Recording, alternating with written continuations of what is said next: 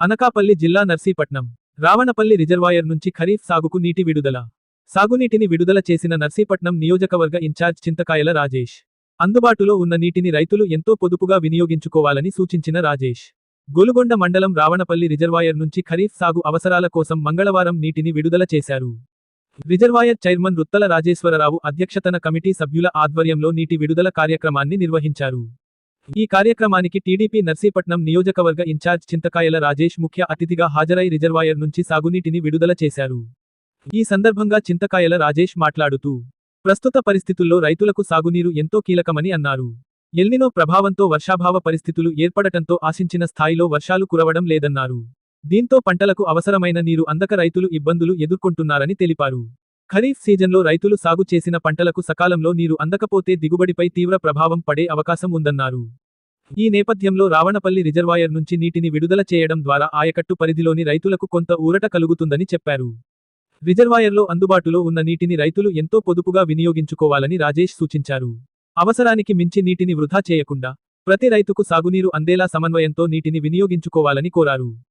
రైతుల సంక్షేమానికి ప్రభుత్వం అధిక ప్రాధాన్యత ఇస్తోందని, సాగునీరు, వ్యవసాయానికి సంబంధించిన సమస్యలను పరిష్కరించేందుకు ప్రభుత్వం అన్ని విధాలుగా అండగా ఉంటుందని రాజేష్ తెలిపారు. రైతులు అధైర్యపడాల్సిన అవసరం లేదని, వారి సమస్యలను ప్రభుత్వం దృష్టికి తీసుకెళ్లి పరిష్కారానికి కృషి చేస్తామని హామీ ఇచ్చారు. కార్యక్రమంలో రిజర్వాయర్ కమిటీ సభ్యులు, స్థానిక టీడీపీ నాయకులు, రైతులు తదితరులు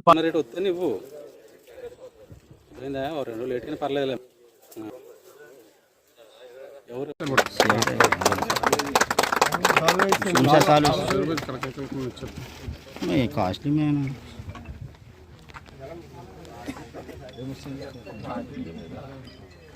చాలా స్లోగా వస్తున్నారా చాలా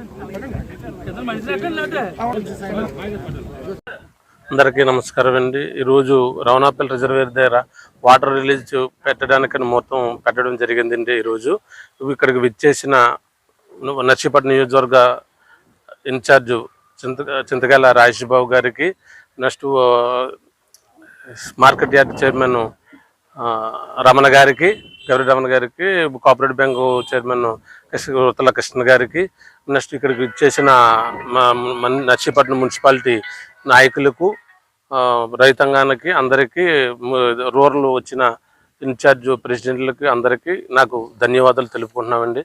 ఈరోజు వర్షాలు పడలేదు, పడపన ఉన్న నీరుని ఏదో ఈరోజు కొబ్బరికాయ కొట్టడానికని మొత్తం పెట్టామండి. ఈరోజు గంగమ్మ తల్లికి పూజ చేయడం జరిగిందండి.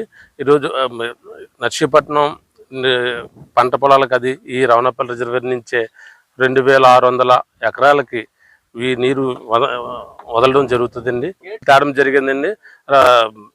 రావణపల్లి మధున్ దగ్గర 40 లక్షలు టెండర్ వరకు తేడం జరిగిందండి.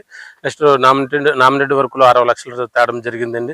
పొర్లుగట్టు, నెక్స్ట్ ఇవన్నీ చేయడం జరిగిందండి. పెద్దల ఆయన పత్రిక కృషి వల్ల ఇవన్నీ చేయడం జరిగిందండి. నెక్స్ట్ 18 మొదలు ఉన్నాయండి. అందులో 7 మొదలు మరమ్మతులు వచ్చేయండి. అవి పెద్ద ఆయన పత్రుల దృష్టికి తీసుకెళ్ళడం జరిగింది.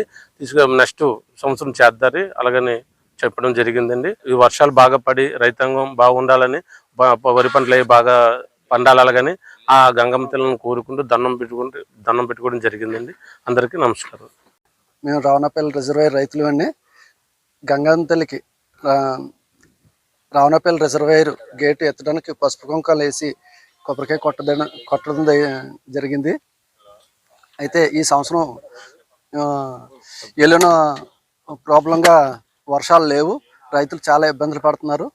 అయినా కాలువల పనులు అయ్యి అయ్యన్న పత్రిక సహకారంతో కాలువ పనులు అయ్యి బాగా చేశారు.